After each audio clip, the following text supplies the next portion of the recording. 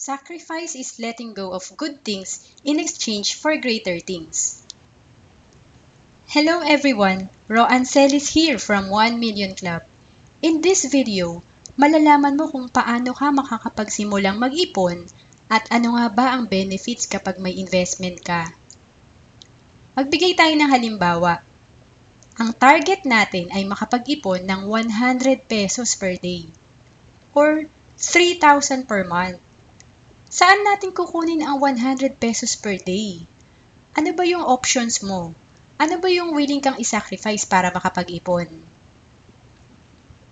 Option 1. Coffee 40 pesos.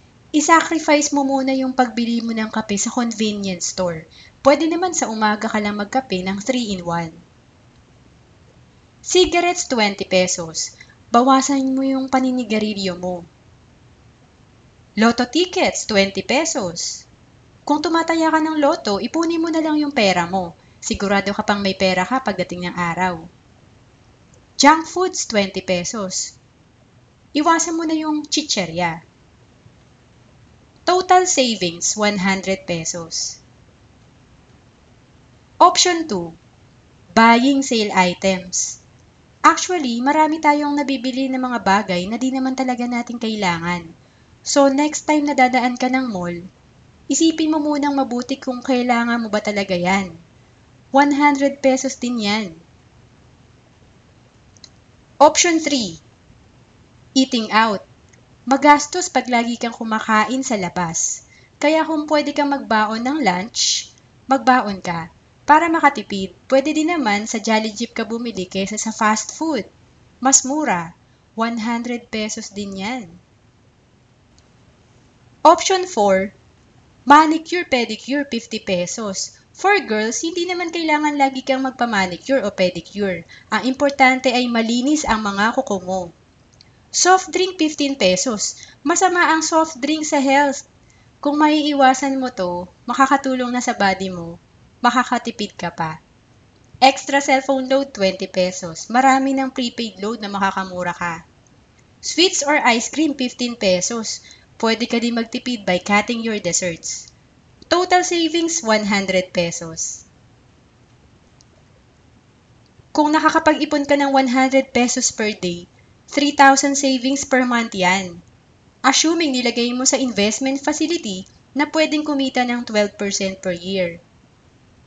After 10 years, 690,116 pesos na.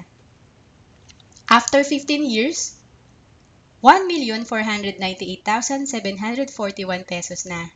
And after 20 years, 2,967,766 pesos na. May investment fund ka na 3 million. When you have fund of 3 million, this is the start of your harvest time. Because money is working for you. For example, assuming the interest of your 3 million investment is 10%. So, meron kang 300,000 per year na kita from your investment. 25,000 per month yan. Ang isa sa benefits ay may option ka na ngayon. Di mo na kailangan ng full-time job dahil meron ka ng passive income. Living on interest or LOI ang tawag dyan. Kung may job ka pa at may salary ka din kada buwan, anong gagawin mo sa extra 25,000 per month na passive income? Isa sa benefits ay may fund ka na to travel local anytime you want. Pwede kang pumunta sa Bohol, magbakasyon ka sa Boracay, sa Palawan, sa Davao, mamasyal ka sa Batanes, o sa ibang bansa. Pumunta ka sa Hong Kong kasama ang pamilya mo, magbakasyon ka sa US, punta ka sa Paris, sa Japan, o kaya sa Singapore. Another benefit, pag may investment ka na, pag bibili ka ng damit, di mo na kailangan antayin ng 3-day sale dahil kaya mo nang bilhin kahit walang discount. Isa pa sa advantage kapag may passive income ka dahil sa investments mo, pag pupunta ka ng restaurant, tatanungin mo na lang sa waiter kung ano ang best seller nila. Di ka na tumitingin sa presyo dahil may pera ka na. Di mo na kailangan tumaya sa loto para maging milyonaryo. In life, you have to pay the price. Do you want to enjoy now and pay later? Or you will choose to pay now and enjoy later? Learn how money works. 1 Million Club is here to help you. Please visit our website, that's www.1millionclub.com, to learn more about investments, or you may email me at roan@1millionclub.com. Thank you for watching this video.